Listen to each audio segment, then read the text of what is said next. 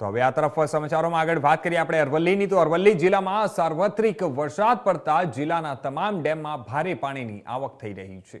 ત્યારે જણાવી દઈએ કે જિલ્લાના મુખ્ય ડેમ માજુમ, મેશ્વો અને વાત્રક ડેમમાં ભારે પાણીની આવક નોંધાઈ હતી। માજુમ ડેમમાં 4326 ક્યુસેક આવક સામે 4326 ક્યુસેક પાણી નદીમાં છોડાયું છે। વાત્રક ડેમમાંથી 12208 ક્યુસેક આવક સામે 12208 ક્યુસેક પાણી નદીમાં છોડવામાં આવી રહ્યું છે।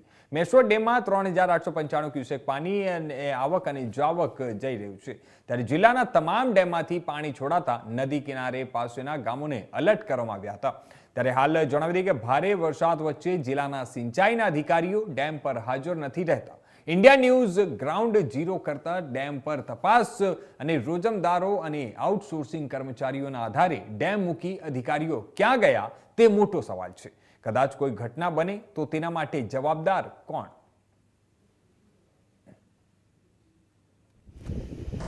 અરવલ્લી જિલ્લામાં અવિરત વરસાદ પડવાને કારણે ઉપરવાસમાં ભારે વરસાદને કારણે જિલ્લાના જળાશયમાં ભારે પાણીની આવક થઈ જાય। જોઈ શકો છો કે હાલ માજુમ ડેમમાં જે ગઈકાલ રાતે 8 દરવાજા ખોલીને 10,000થી વધુ ક્યુસેક પાણી છે જે નદીમાં છોડવામાં આવ્યું હતું।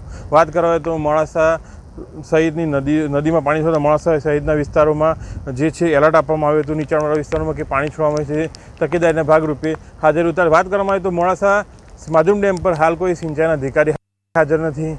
મોડાસાના સિંચાઈના અધિકારી હાજર ન રહેતા હાલ જે પ્રમાણે જોઈ શકો છો કે રોજમદાર અને આઉટસોર્સિંગ કર્મચારીઓના આધારે ડેમ છે તે હાલ છોડવામાં આવી રહ્યો છે। જો કોઈ અનિચ્છનીય બનાવ બને તો તેનો જવાબદાર કોણ? Nirav Prajapati, India news, Aravalli.